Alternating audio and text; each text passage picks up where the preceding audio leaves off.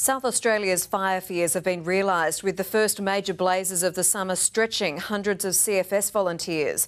2 bushfires are still burning uncontrolled in the Barossa Valley, near the townships of Angaston and Springton. It was hard enough to stand still, let alone fight a fire. The head is unstoppable and there's no resources anywhere near the head. We've just got winds are picking up here even stronger. However, winds picking up even stronger. Just before lunch, the CFS issued the first emergency warning of the season, a fire burning out of control near Angaston in the Barossa Valley, threatening homes, sheds and wineries. Lives too at risk. Very hard to fight, very windy. You look behind you and it's all coming in behind you again. That wind, very scary. Gusts about 70 kilometres an hour brought serious concerns for the townships of Kyneton and Macoulta. Almost 200 volunteer firefighters on the ground, bombers joining the attack from the air. Local farmers doing what they could to save their properties. Conditions are hopeless at the moment. You've got so much wind and it's just carrying it that way. We're Barossans. We've just come to see if there's anything that we can do to help. They've got stock. The stock needs to be moved.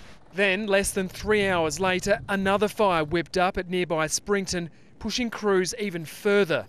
The blazes broke out either side of last summer's Eden Valley blaze, which destroyed 7 homes and burned 24,000 hectares. Authorities have warned South Australia is facing an unprecedented fire danger threat this season.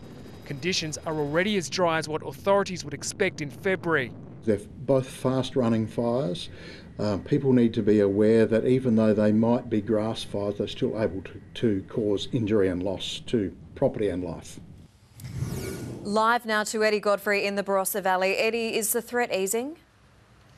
Well, not really, Kate. Both fires are still uncontrolled, and while the CFS has downgraded the alert to a watch and act situation, they're still very concerned about these blazes, which have already scorched more than 1,600 hectares of grassland. The wind has been a big factor today. In fact, it's probably been the biggest challenge of all for fire crews, and it's still very windy out here at the moment, so that's going to make things very challenging moving forward. The good news is more fire crews will be sent out here tonight to relieve some of the 400 who are already on the ground, and it's hoped that will help them get the upper hand on these blazes, especially when the wind dies down later tonight.